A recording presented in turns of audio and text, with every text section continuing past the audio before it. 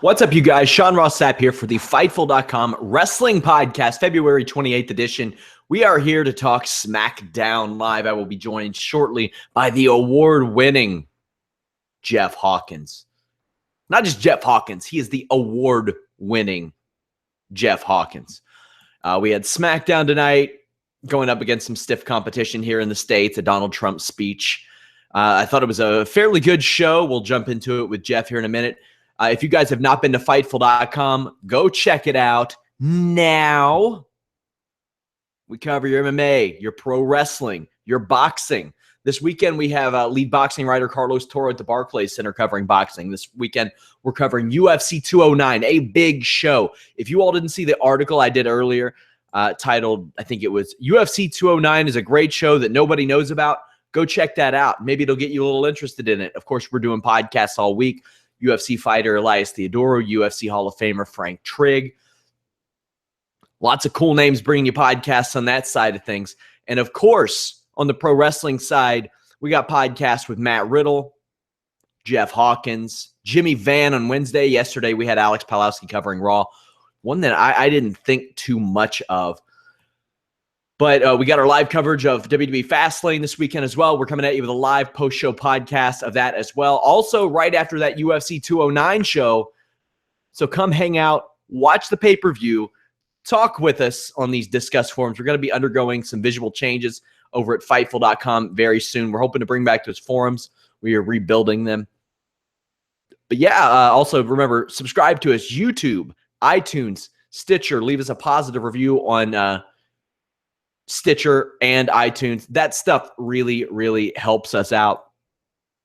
Also, check out our feature section, our photos, our videos. There's not a lot that Fightful.com can't give you. And if you ask for it, we're probably going to give it to you anyway. So about Raw last night, I had a couple of people. I have actually people reacting to some of my criticisms of the show now. I don't think I'll bust out the glasses for this episode, you guys. Somebody asked how long I've been playing guitar. That is a Jeff Jarrett laser engraved guitar. I can't play guitar. I can play a minimal amount of bass guitar. So somebody said to me, well, you talked about all the things you liked about Raw, but you said you hated it. I had two people bring that up. You said you liked all these things. Well, we're allowed to like things on a terrible show. Just because we say a show is terrible, even one of the worst Raws of all time, in my opinion, doesn't mean it's unanimously bad. I had somebody say, you all said you liked the finish of the women's match. No, Alex said he liked the finish of the women's match. I thought the women's match was pretty terrible, beginning to end. From a technical standpoint, from an entertainment standpoint, lots of it. By the way, guys, I am here with Jimmy Van tomorrow. If you all wanted to ever take a peek behind the curtain of Fightful.com, that's a nice way to do it. We'll talk business. We'll talk about how Fightful runs, that type of stuff, as well as answering any questions you all have. Jimmy Van always has a list of stuff that he likes to go through and talk about. So that's a fun time as well. I don't think we're doing a show with Shane Helms this week. He is in Orlando taping TNA. But next week, needless to say, we got some stuff to talk about with Shane Helms. Hardy's leaving, Drew Galloway leaving. Alex and I covered that on last night's show as well. Make sure you register at Fightful.com. Absolutely free. No credit card required to get early access to that Shane Helms show and that Matt Riddle show. Last week's episode with Shane Helms covers his feud with The Rock, a good time. He tells a unique story about how The Rock would avoid having to do pre-tapes. So moving on to SmackDown. We start off backstage. You get Daniel Bryan and Shane McMahon back there hanging out, discussing things. AJ Styles shows up, and he's pretty convinced that he won that Battle Royal, which I would have liked it a little bit more if Shane McMahon and Daniel Bryan said, you didn't win that damn Battle Royal. Everybody saw your feet hit first. You lucked out by getting this opportunity. I wish they wouldn't have insulted our intelligence in that manner. You know what I mean? We get a very clear view that shows Luke Harper hitting well after AJ Styles. And I think you can't avoid that. You got to take it head on. Just be like, the ref screwed up. We had to make a call in the heat of the moment. You really benefited from it. Somebody asked, is Jeff here? Did I miss something? Jeff will be here. He's having some technical issues. He'll be here shortly. We also have this Miz TV segment. Now, there was a lot good and bad about this, in my opinion. Miz cuts a hell of a promo on John Cena, and it is very similar to the type of promos we've seen from Dean Ambrose and AJ Styles, but it's honest. It's true. He didn't really say a whole lot that wasn't true. He brought up about how he had his opportunity to face John Cena at WrestleMania, won, and then John Cena immediately yanked the rug out from under him. Miz says that Cena is now a parody of his old self, which was a joke to begin with. Then says that he's turned into barely decent Cena instead of Super Cena, and that Cena has manipulated his way into 16 championships, and that he took Ric Flair's moment just like John Cena took the Miz's moment. I thought that was a hell of a line. That's a good one. That's a good one. I had, a few years ago, I always thought a good way to rehabilitate the Miz, Dolph Ziggler, and Zack Ryder was to have all of them come at John Cena like this. Now, this is well before AJ Styles and Dean Ambrose cut these same kind of promos, because all three of those guys worked with John Cena and then immediately saw their careers fall off a cliff. I thought that would have been good because John Cena was beating like monsters at the time. He was beating 2 people at a time. I'm like, where can you go from there? So I thought ideally, why not 3 mid-carders? Rehabilitate them, maybe get them back in the mix. I still wouldn't mind seeing Dolph Ziggler hop in on that action because his career, I don't think, was ever the same. Well, it was shortly after he won the title, but really after that, it was never really the same. Never had that same momentum after maybe 4 or 5 months after his program with Cena. Cena gets his mic back on, and Cena says that Miz ripped off Chris Jericho, The Rock, AJ Styles' promos, Ric Flair's figure 4, and Daniel Bryan's offense. Now, when you approach this, okay, Ric Flair on TV gave The Miz this figure 4 leg lock. Daniel Bryan and The Miz have had history literally from Daniel Bryan's first WWE show. So that makes sense. The AJ Styles thing, yeah, he pretty much did, except for where John Cena took his spot. Chris Jericho and The Rock, I don't know about that. I mean, maybe The Miz did a little bit on The Real World. Pardon me. Maybe he did a little bit on The Real World, but he didn't like, hasn't traditionally stolen like much of The Rock's stuff that I've noticed. I mean, maybe I'm missing out on something big, but I don't see it. Chris Jericho, a little bit. Like, there are some similarities, but I guess I just didn't see that. But what was funny is right after that, John Cena used you're just a dude pretending to be a dude playing another dude. So after he makes fun of The Miz for ripping off so many people, he rips off a Tropic Thunder line from Robert Downey Jr. How much sense does that make? Hot damn. The way that Cena delivers these, it always works, though. And the thing about Cena is, it's like the Goldberg thing. Like Goldberg, he goes out there and says some utter garbage, but man, he's over. And ultimately, that's what matters. If the crowd reacts and it doesn't hurt people. But here's the thing. I think this hurt Miz. But Miz is good enough to where even if it does hurt him, he's able to recover. But it's like, damn, in this situation, you need to bring up The Miz. Now, he's done a damn good job at bringing up himself. That's why he's in this spot. He and Maurice did. But when you're trying to show that a guy is on the level, you want to tell everybody, hey, you're not on the level. And he's done this before. He did this against AJ Styles. He told us all that AJ Styles wasn't on the level. Then he beat AJ Styles. Then he told us that he was indeed on the level. After the pay-per-view had been sold, after all the people. Oh, here he is. We got Jeff Hawkins in the house, allegedly. I see his little icon. I don't see him. I don't see him. I don't hear audio. I don't hear anything. There he is. Hi. What's up? Hi. Hey. Sorry for being late. My Google chat is just weird tonight. I don't know what it is. It's okay, guys. Let me know if you all can hear. If you all can hear Jeff, okay, because it's rather quiet. So I'm talking about this Miz John Cena segment. I've gotten through Miz's lines. What did you think of what John Cena had to say to the Miz throughout all this?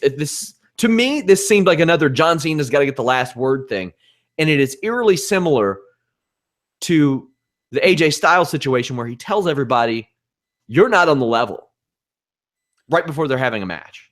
I think you're right in that, but I did like the beginning. It was very Samuel L. Jackson in Pulp Fiction. Oh, are you finished? Well, allow me to retort. Well, let me tell you, a movie you I don't have any idea what the hell you're talking about. I don't have a damn clue what you're talking about. I know, Sean, because you were lazy and you didn't watch Pulp Fiction. Like your audio is very low, by the way. Is it? Jesus, how's that happening? Yeah, do you have a gain on your mic? Turn that shit up. Okay. Anyway, I'll lead us through this while you solve that. Cena goes to leave, and Maurice stops him. And every time Maurice says something, Cena gives this dismissive smirk that really just annoys the shit out of me. Like this smirk, like whatever you're saying does not matter. That's a little... Yeah. I didn't like that either. Like I said, John Cena is over, so whatever he says is going to get over. Mm-hmm. Maurice slaps him. Nikki Bella comes out, and Cena laughs some more, and Nikki says she's going to break a bitch, which got a big pop from the crowd. The main event babyface cuss word. That's what that was. Yeah, it sure was. Still got quiet audio from you, but we'll fight through it. You can just talk louder. This segment goes over 20 minutes, but John Cena can do that. I thought it was pretty good stuff, but I would like to not see John Cena make a habit of getting on the mic and shitting on everybody that is trying to get to his level. Oh no, I agree. It's the same promo, just different person. And you know what? For all the things he's saying about, well, you're copying this guy, you're copying that guy. I mean, he's just basically playing the same role over and over in just a different scenario. Yeah, I would say so. We had a 2 out of 3 falls match. Becky Lynch and Mickie James. As if they haven't wrestled each other enough lately. We had to give them 3 falls here. Thought this was a good match. They can't seem to have a subpar match together. Mickie James early on had scouted the jumping sidekick. I wish this type of thing happened more. Like you see these moves happen over and over again. You got to scout them. I wouldn't mind seeing somebody have scouted like all of somebody's signature moves and really put the screws to them. There was something I liked from JBL and Otunga. Can't believe I'm saying that. But they have a discussion about Mickie James. And they both mention she has been staying active. She hasn't been a champion in a while. But she's in there with a woman who was just women's champion.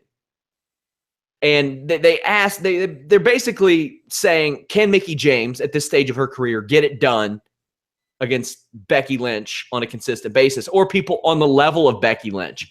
I kind of like this talking point because I don't think it's unreasonable. We see this in MMA all the time. Like Josh Koscheck just had his first fight in a few years over in Bellator, and he got his ass kicked by a guy who didn't have a big name.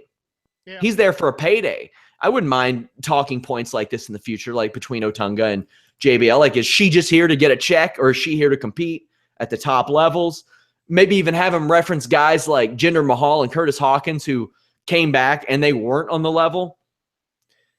What do you think about that aspect of things, Jeff? I don't know. I just really enjoyed this match. I mean, I didn't enjoy the Alexa Bliss part of it necessarily, but I understand why they did it. It's to set up this multi-woman match at WrestleMania, I think. Yeah, I think you're reading a lot more into it than I am in terms of the UFC corollary, to be honest. No, I don't think there is a UFC corollary. I wouldn't mind there being a UFC corollary. Okay. I'm good. This is a real thing that happens. I mean, fighters are jumping to Bellator and fighters are coming back, and you don't know if they're doing it for a paycheck or if they're doing it to compete. No, I like that. And I like that. Yeah. I mean, it would be great to have Mickie to have some other some other motive other than respect. I mean, I like the money aspect of it. I'm going to try something real quick. Vamp. Okay. I'll carry this. Yeah, I mean, Mickey's the breadwinner in her house right now, unless Magnus gets signed to a new TNA deal. Mickey gets a DDT win in about 7 minutes. 5 minutes later, Becky Lynch scores a roll-up pin. Mm-hmm. Then Alexa Bliss tries to distract Becky, but it backfires, and we get our third pin in about 13 minutes. What did you think of the match, Jeff? No, I really liked this match. How's my audio sounding? Did what I did? Still super quiet. Understand that at all? Okay. Anywho, no, I really liked this match. I thought it was a solid women's match. It's the kind of match we've been waiting for from Becky since she got to the SmackDown roster, and I think Mickie James is the perfect opponent for her to do it. People saying, I can't hear Jeff very well. Oh, damn it. This has to be my computer then. It's your crappy computer. And speaking of crap, I did my backstage crappenings note. We got some nice backstage vignettes from Luke Harper and Bray Wyatt. We also get this Alexa Bliss thing, and she's forced to shoehorn in a freaking Oscars reference. This is stupid. I mean, she's really good, though. Natalya shows up and does this awkwardly good interruption thing, and I don't know what to make of it, but this is what I would make that fake nice character that I keep bringing up, that I say Apollo Crews could work, where she's like, yay, dude, good for us. We're great. We're beautiful. Mm-hmm. Sure wouldn't mind facing you for that title, though. Yeah, it's one of those. It's the multi-woman build. Damn, they are doing that. I lost your video now, too. No, I switched my USB ports to see if that would help, but it didn't. It turned off my camera. Can you still hear me at least? Yeah, this is a train wreck. Yeah, this is. I'm sorry. How dare you? Yeah. How dare you? People are telling me to eject you, Jeff. Okay. Do what you have to do. I'm not going to do that. But I'm not going to do that. Mm. Instead, I'll just emasculate you on the program and tell you you're a shell of yourself. Shell of your former self. Well, James Ellsworth. What? I was just going to say, while I was on that plane for 4 hours, your face reminded me so much of Tom Phillips. And oh, Jesus.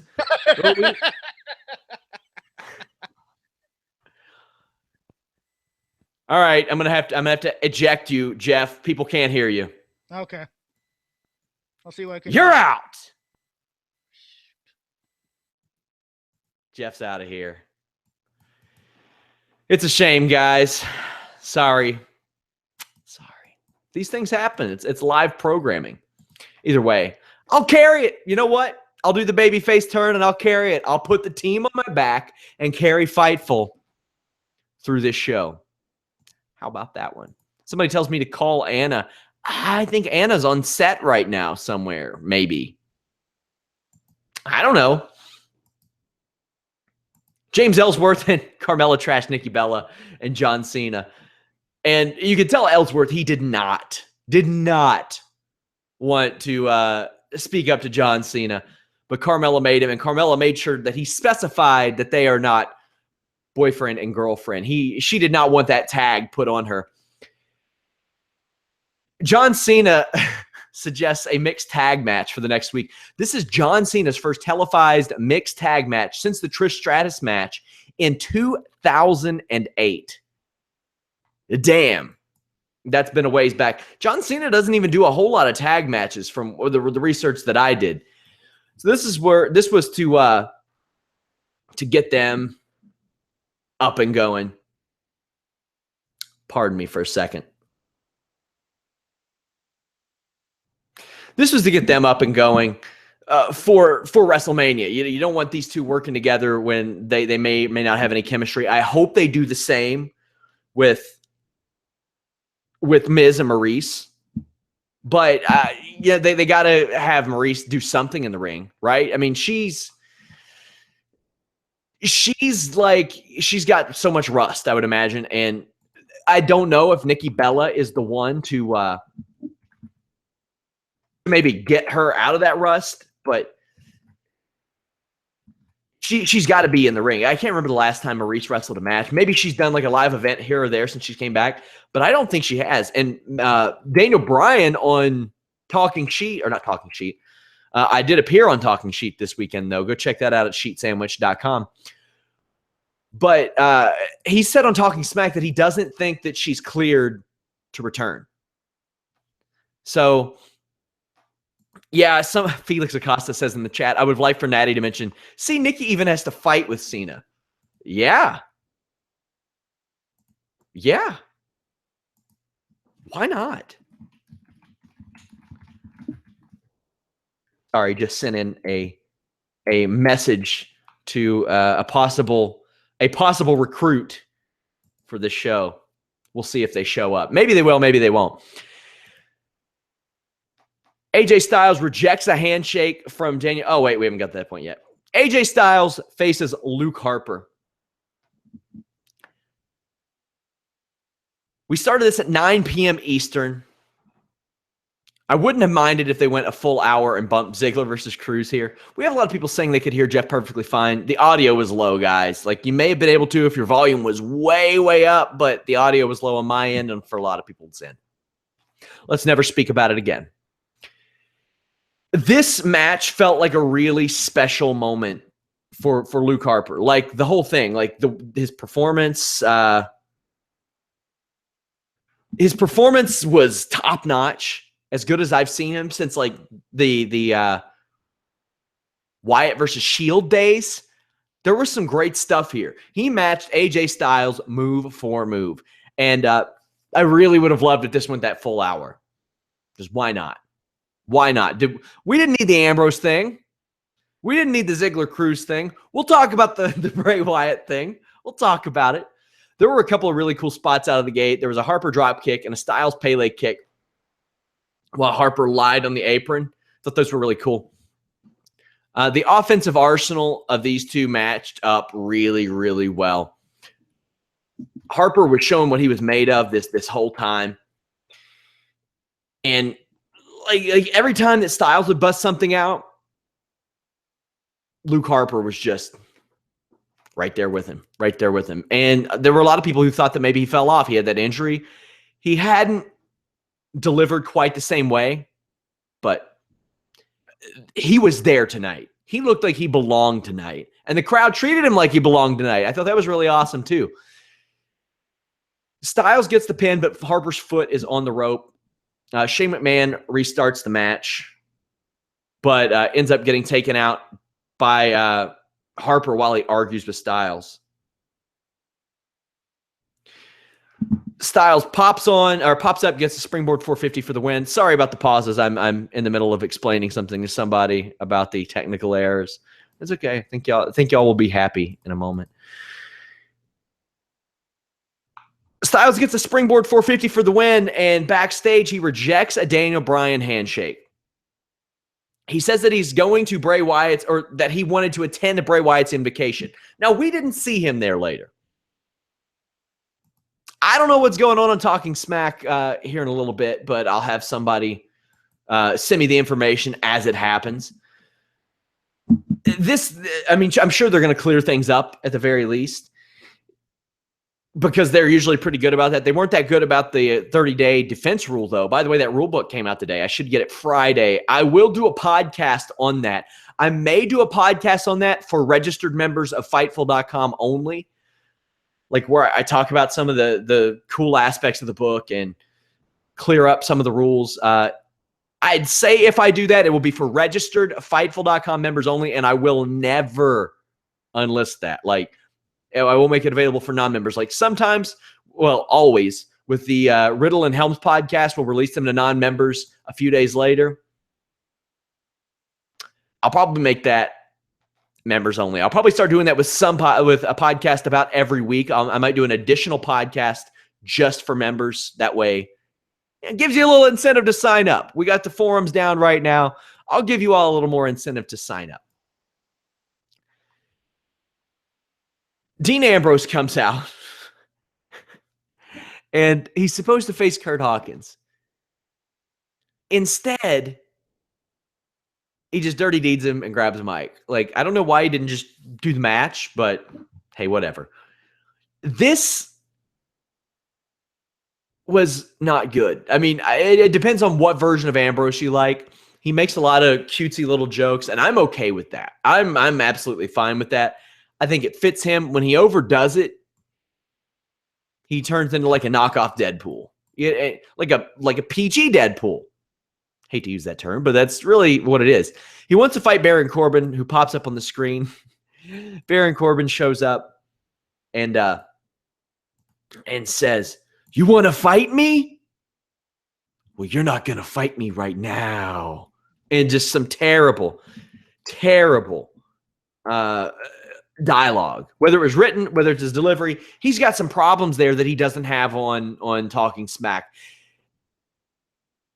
And we see the same thing we saw the same thing a lot with Naomi, with Sasha Banks. Like, I don't know what it is. When lines are written for them, they just can't deliver them. But then whenever they're asked to go do something organic, it works out really well. So this is something that has to be addressed on Baron Corbin's part. It's a flaw you can't ignore. I'm trying this. How do I sound? What? Are you here? I ejected you. Yeah, I know. I came back. Hi. How are you back? I used the link.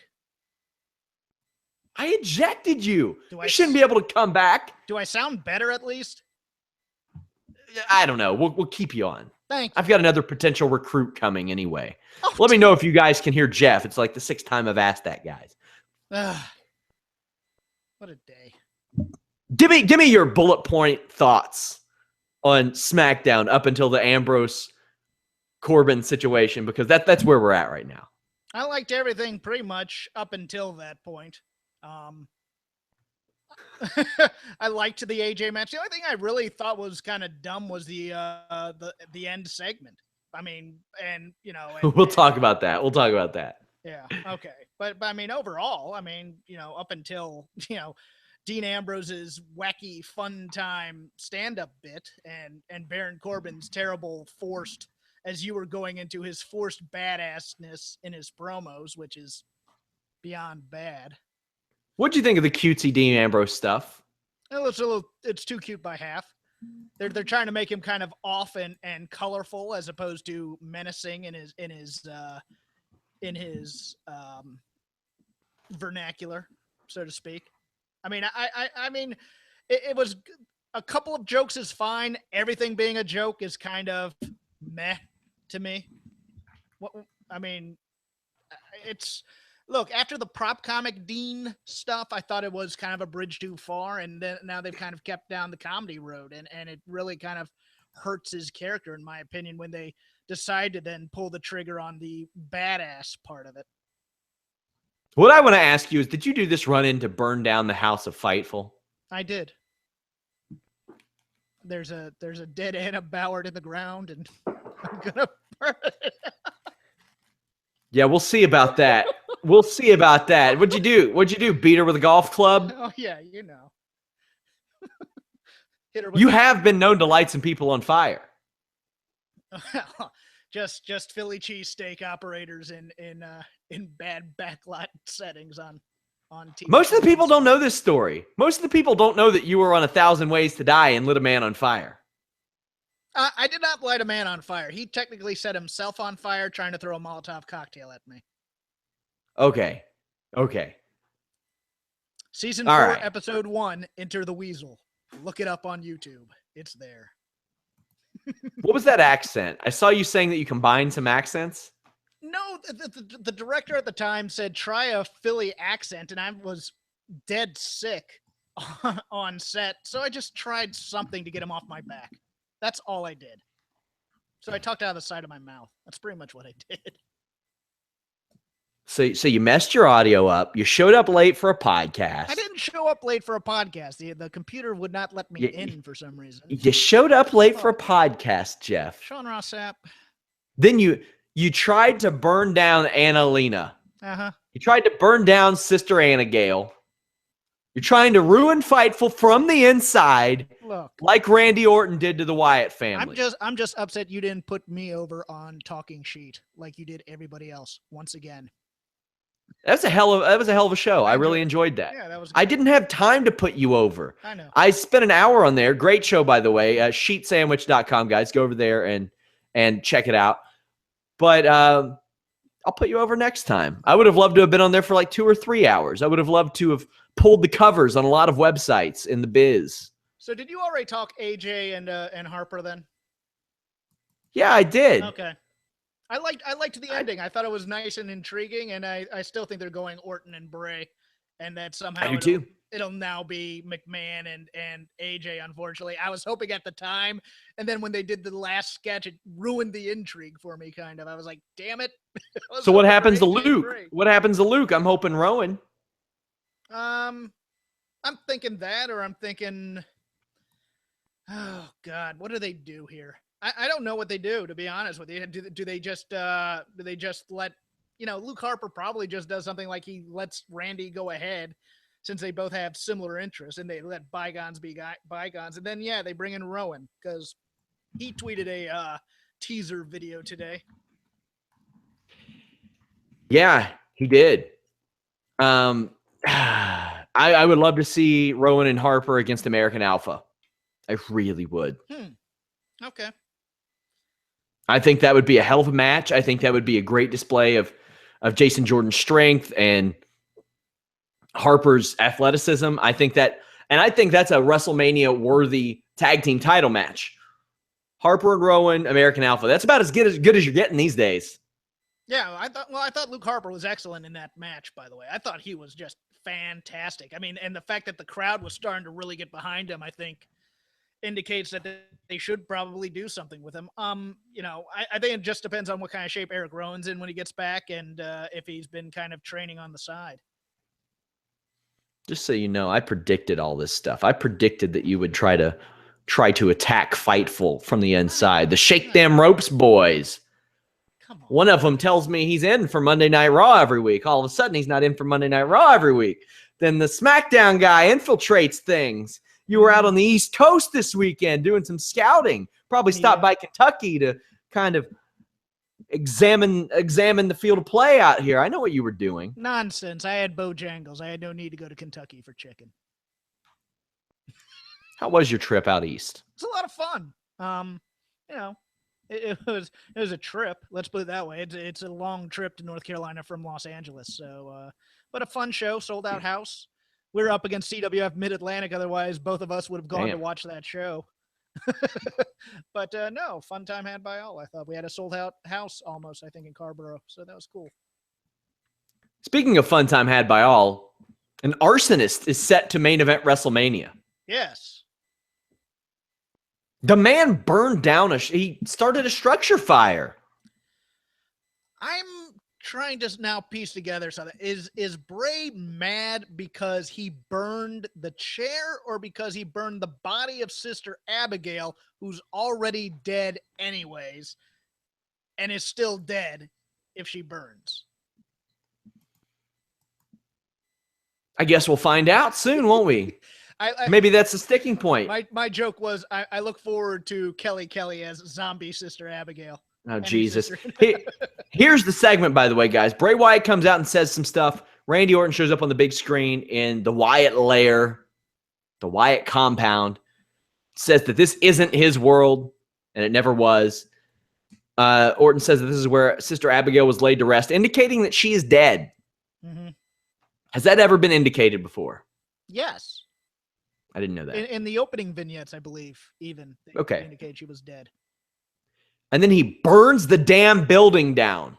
And this got over big with the crowd. And for as corny as it was, hey, it got over. It's the biggest fire has been since Kane burned Jim Ross. Oh, I skipped a chairs match. Dolph Ziggler defeated Apollo Cruz. Cruz is really athletic, but he missed a moonsault off the apron that Morrow incorrectly called an Asai moonsault. Apollo then does hit a moonsault with a chair and an Olympic slam. I think that move fits him very well. Ziggler tried to use his feet on the ropes because why the hell wouldn't he in this match? Mm-hmm. and ends up winning it with a drop toe hold to the back of the chair that crushes Apollo's throat. Then he does the old smashing their wiener into the edge of the chair. Oldest trick in the scroll. These guys could have done Okada and Omega move for move, and this crowd wouldn't have cared. Well, I mean, why should they care about either one of these two people? I mean, they've been given no reason to, and now it's in the land of 50-50 booking. I thought they had a good match, though. Yeah, no, it was an enjoyable enough match, but, man, they got no response for anything they were doing. Swerve! What's up, you guys? Look who it is. Wow. You tried to burn her, but it didn't happen. Well, I'm sorry, Sister Abigail. Or Anna Gale. You tried to burn Sister Anna Gale like Randy Orton in an old abandoned building, and it didn't happen. You show up with your terrible audio, your lateness. I'm sorry. I was sitting there in my Ultimate Warrior t-shirt with no makeup on when I got your text. So come on. Yeah, you guys, you may. Wow, my shit's blurry as hell. Now, there we go. So when Jeff lack of faith, started, lack of faith in me, huh? You called in the reinforcements. Yeah. Okay, fine. Yeah. That's fine. Well, when the husband doesn't work out, you go to the wife, and you know. It's true. That's very true. Boy, this is a crap show. It really is. I promise, guys, if you're watching the Fightful.com podcast for the first time, this isn't usually how things go. We got a great array of shows. We got UFC fighters like Elias Theodore, UFC Hall of Famer Frank Trigg. We have analysts like Robin Black. We have people like Shane Helms, Matt Riddle. All kinds of fancy schmancy names come and hang out with us at Fightful.com. Anna, I want your feelings. How did you feel about that final segment of SmackDown? It made up for last night's Raw. That's one thing I felt. And I don't know, it was just so left of field. And as soon as they started, I think with the ominous music and the heartbeat when he revealed that he wasn't part of the Wyatts, at first I was like, oh shit, here we go. But it turned into the highlight of my year so far. It was fantastic. I want to fight you in the streets. Well, you know what? I really enjoy people setting things on fire. So this was right after my own heart. Well, then you would love Jeff's appearance on this show. No. What was set on fire?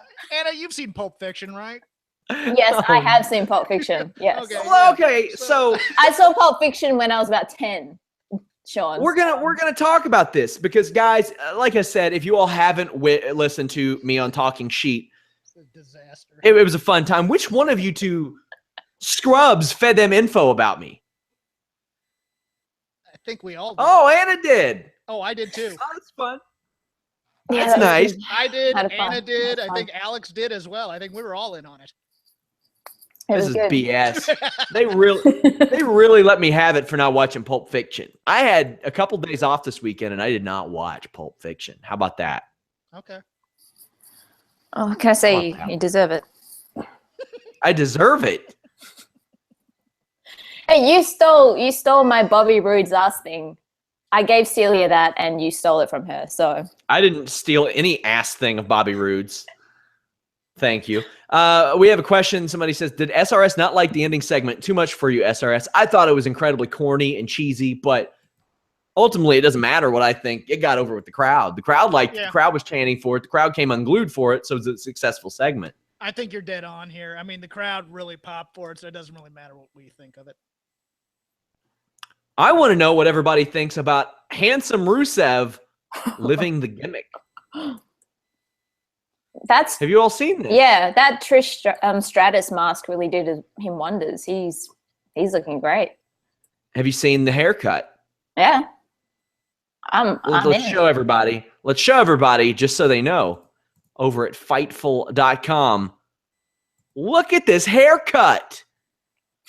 That's a good looking man. Look at this haircut. That is a good looking man. I think Rusev is a handsome man.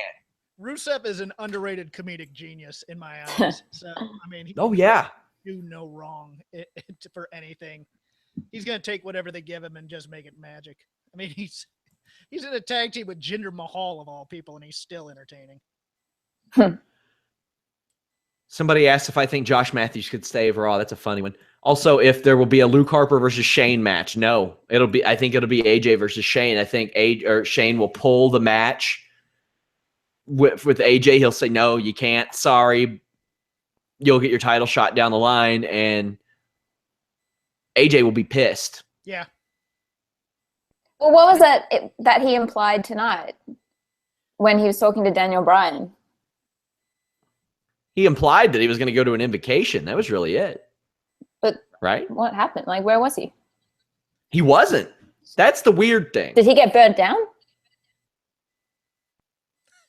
Yeah, but it was Jeff's fault. No, well, okay, hold on. I think for me the disconnect was the fact that they put the Randy announcing he's taking the match at WrestleMania thing right after the AJ Luke Harper thing, which made it. I mean, I think they needed to spread that out a little bit. They needed to get AJ out of that picture real quick, and Luke Harper, and then have Randy Orton announce he's taking the match at WrestleMania, because now it leaves this other story kind of in limbo, and it's a secondary story that I don't know that we care as much about it. Who's better, Josh Matthews or JBL? JBL, and it's not even close. How about you all? A lot of talent being purged from TNA. Yeah, I don't think he's going to be one of them. No, and JBL is much better. And a lot of people calling for Josh Matthews' job. Guys, unless they find somebody to do like 9 jobs, he's probably sticking around because he does a lot of work for them. A lot of work for them. They seem happy. If they lose Josh Matthews and Jeremy Borash, oh boy. They're going to be replacing people. It'll cost them a lot to replace them, in my opinion. I want to talk to you all about the Hardy brothers and Drew Galloway. Okay. Jeff, what do you think first off happens with Drew Galloway? He seems fine doing his little indie things, but and as Alex said, he seems happy doing that. But you know what? If he really wanted to do that, he would have quit his job a couple of years ago. He wouldn't have had to have been fired to do that. And honestly, had he quit his job, he would have been a hotter commodity, as we've seen like with guys who have quit their job in WWE, as opposed to guys who are fired. I think now that where do you think he goes? I think now that TNA no longer controls his independent bookings, he doubles down on the bigger indies, the PWGs of the world, so to speak. And you know what? I wouldn't be shocked if the WWE comes back calling. I really wouldn't. I mentioned last night on the podcast, you want to talk about a built-in storyline, especially in NXT? A guy who was Vince McMahon's televised chosen one. And he's either back for vengeance or back to kiss Vince's ass. Yeah. One or the other. I'm cool with either. Anna, the Hardys. Have you seen Rebby's tweets? Yeah, I saw them last night. I had a dream. I think I must have been half asleep when I saw that they were leaving, and I had a dream that they went straight to WWE. And I like to think that was a premonition. But Premonition? Premonition. What is going to happen with broken Matt Hardy? Are TNA trying to claim that? Are they actually going to get that? I wanted to save this for one of the subscriber shows.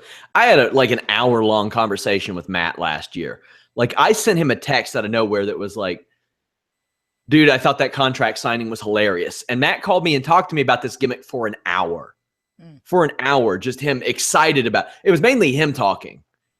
And me sitting there like, you're doing that, you're doing that, you're doing that. Like, he laid out the whole thing. Like, he had the thing dreamed up, planned, ready to go, said, we did this is how we did it. It was his brainchild. And Jeremy Borash helped make that happen with his talent. If TNA think and I'm sure that he's got some sort of footage of him doing it on his own, honestly, because he is that way. He's very good about that. But if they try, I think it would do them a lot worse, a lot more harm than good if they tried to keep him from doing this gimmick. Because you want to talk about building some bad will with fans. If you deny this guy, who was the only reason a lot of people watch their show, a gimmick that everybody knows that he created, oh, that's going to be some bad will. Not only that, Matt Hardy could have went through the end of this year with the Big Money Matt gimmick and done just fine with it. He could have done just fine. He wouldn't have been what he is now, but damn. Kyler says, and then he dissed you in the DMs. Yeah, that was Completely unplanned, guys. I don't think that they're headed back to the WWE unless it's for the money. Because I don't think they can bring. It's not that they can't bring these characters to the WWE. They'd be fine in the WWE. They don't. I mean, all these segments are written by these two and Jeremy Borash for the most part. I don't think Vince would give up that kind of creative to them to script their own angles and programs. And I don't think the writers at the WWE would necessarily handle them correctly too. They would lose a lot of what makes it special. I would see them going more to an ROH and getting a deal kind of like the Bucks have in terms of being able to work indies as well. Because I don't think they want to work the road 4 nights a week.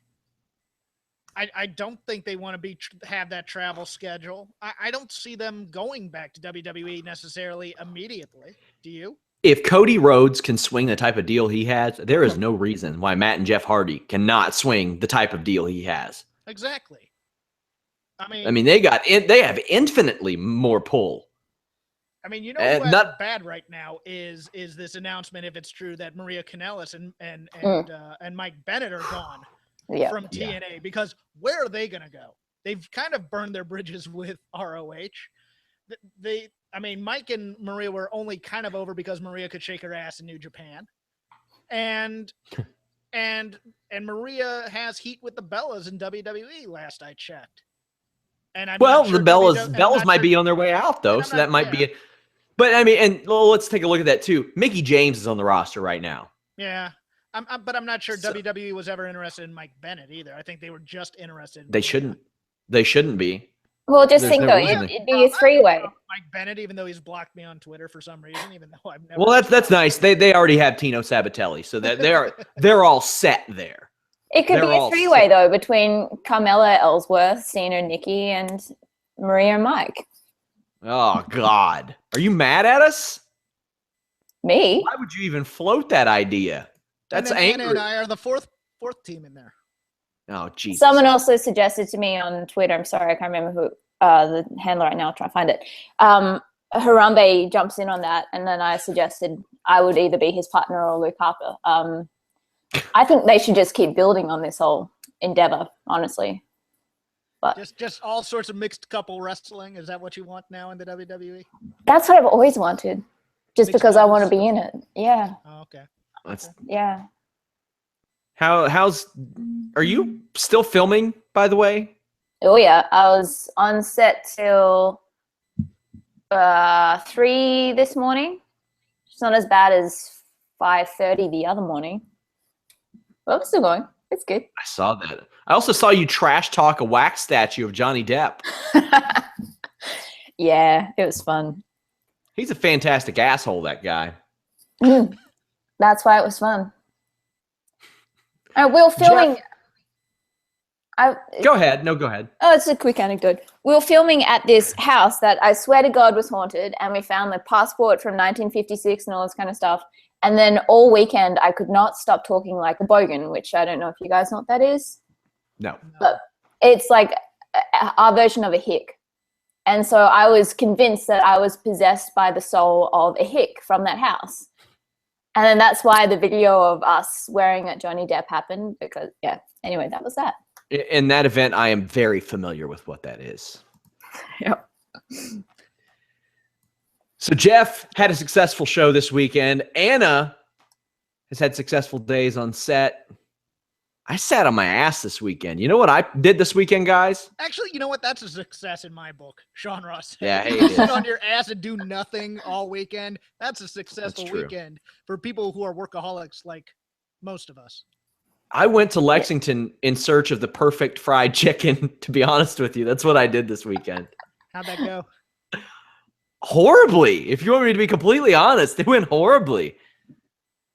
It was terrible. Because I got off the plane and went directly to Bojangles, and I know what love is now. So, listen, guys, if you're in the Cincinnati or Indianapolis area, go to a place called The Eagle. I was recommended there by a friend, and it was phenomenal. By the way, guys, if you like Anna, if you think she's wonderful, if you think she's funny, she's even funnier on Most Ridiculous, which drops every week. We have a sidebar on Fightful.com with a widget that has her videos in it, or her most recent video. Go check that out. Share it. Do the right thing. Do the right thing. Because with just 1 click per day, 1 click per day, you can send a poor, dirt all over the face covered Australian girl back to America. Just one. Feed the kids. I think Alex and I are gonna have to get like a pasty white guy video thing going. Pasty white guy video thing going. Oh yeah, sure. I think there are too many of those right now out on the internet, to be honest. I'm getting a little color, you guys. I'm not pasty anymore. The sun's been out lately. It's kind of nice. You got that Tom Phillips thing going, like I said. You got a lot of Tom Phillips things going. You don't watch yourself, buddy. Hours, you know. Well, I mean, listen. If you're on a plane for 4 hours, things are going to pop up. Don't sext. It's very easy. Don't sext people. Okay, but it wasn't even a giving kind of sext. It was like it was just really the most unromantic. And not that sexting is incredibly romantic, but it's just like, no, I'm not going to go there. Okay, well, listen, we'll talk about this. We cover SmackDown. We always cover SmackDown in about 30, 40 minutes. It's not a big deal. SmackDown's usually a good show. There you go. We're done. SmackDown's a good show. Then we have some fun. I didn't write a story about the Tom Phillips thing. And to be honest, I told Alex, his dick is not our business. I agree. Now, if WWE suspends him, then it is our business. Also, if it's Hulk Hogan's dick, it absolutely is our business. If you're over, it's our business. The best part of it was Charlie Caruso and Nia Jax getting in on the action. Yes. They kind of ribbed him a little bit. Nia Jax said, okay, so here's what happened. He sends this girl an Instagram message saying, now I'm on a plane for 4 hours with a massive erection. She supposedly sent a picture of herself with a low-cut top, whatever. Who gives a shit? If he said that truly unprovoked, also he said, I want to face fuck you. Mm-hmm. Sorry, kids. If he said that truly unprovoked, creepy dick move. And is that what's considered romantic these days by the kids? No. That's what was the most confusing thing to me about this. We're living in a tender age, you guys. Well, I had a conversation with Les Moore over Twitter about this, and he on the podcast with you used like an intimate, romantic kind of wording for it, and I was like, yeah, that's more giving, that's more loving, and more as opposed to I'm going to. I'd like to make love to your face. Is that better or worse? Romantically embrace your face with my penis. Well, normally I'd be concerned. Going downhill, Sean Ross. Normally I'd be concerned about our sponsors on this show, but we've lost them. I know a little bit of something. I have a little bit of exclusive information. The reason why Tom Phillips was stuck on a plane for 4 hours with an erection is because he had just taken On It T+. And if you want your flagpole at full salute, as Steve says, head over to Fightful.com and click that On It banner. You get that T+, and bam, you guys. Bam. Oh, no. Jimmy, I am so sorry for everything that has happened tonight, and it won't happen again. Well, listen, this is your fault. I know. You all have broken me. It's broken Sean Ross Sapp. Head over to onit.com via Fightful.com. Get your Alpha Brain. Get your T+. Get your Shroom Tech if you need that energy. Alpha Brain for that focus. New Mood if you need to get that sleep cycle fixed after your podcast co-host just craps your career away. Just ruins the website that you're working on for months and all these hours. Hey, yeah. Okay, so here's some more into this situation. Oh, my God. The woman that he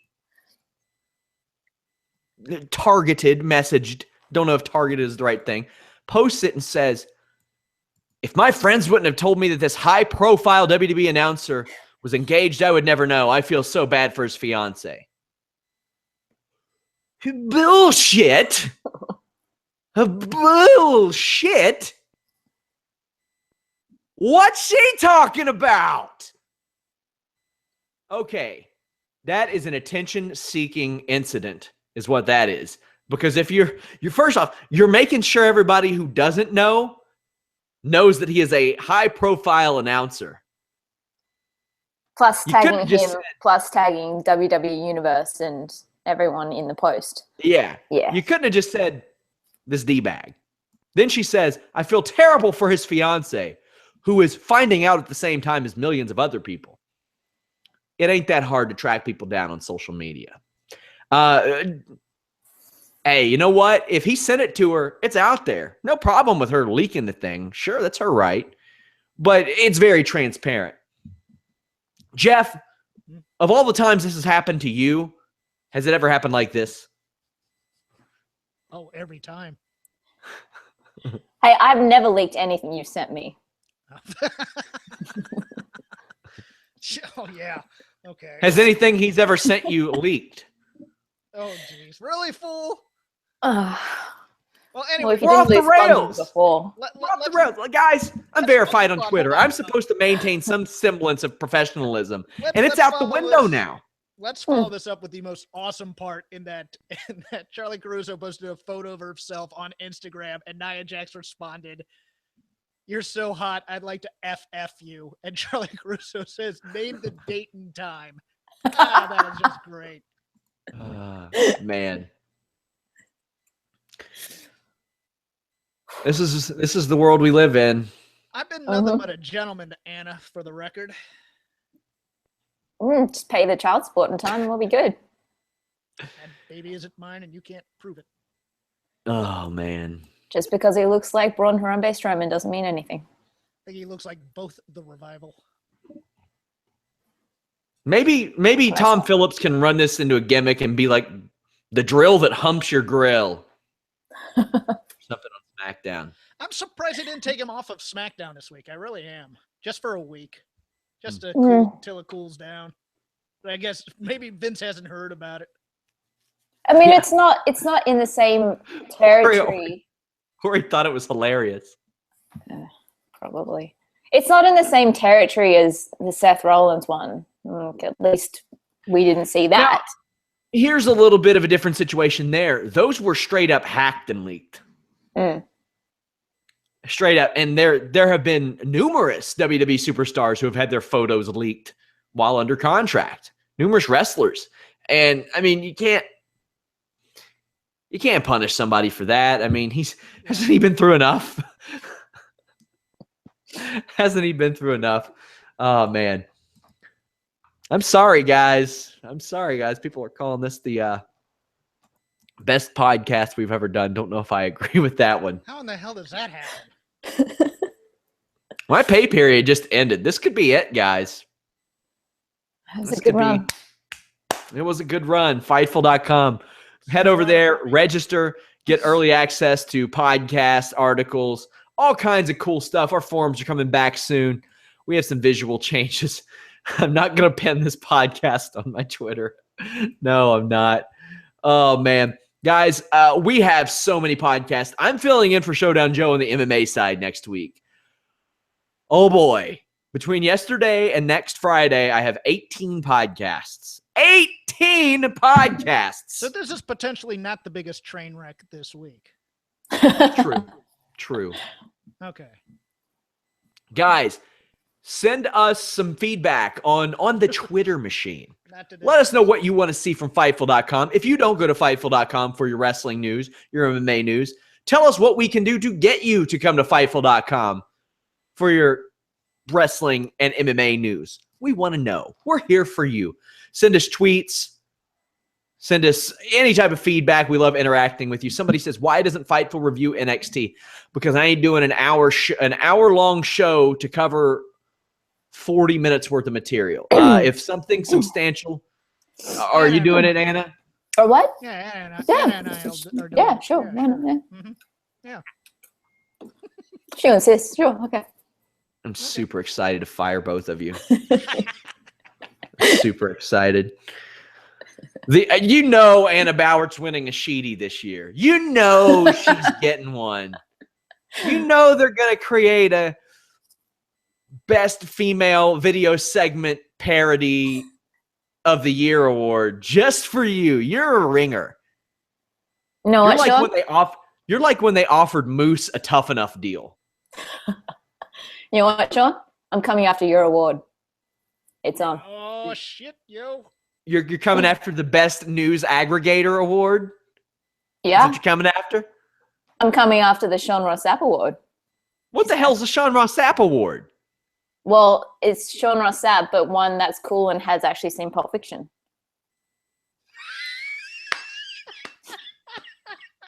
We got Rob McCarron telling us to wrap this up, so I guess that's it. Yeah, because I got to do a show with Rob after this. So That's what he's doing. He's on here snooping. and it'll actually work as opposed to this one, which didn't. Guys, I want to thank you so much for sticking around. I truly appreciate all of our readers and viewers. If you all want the audio version, we have it up on iTunes, Stitcher, and direct download shortly after. Guys, thank you all so much. We're out.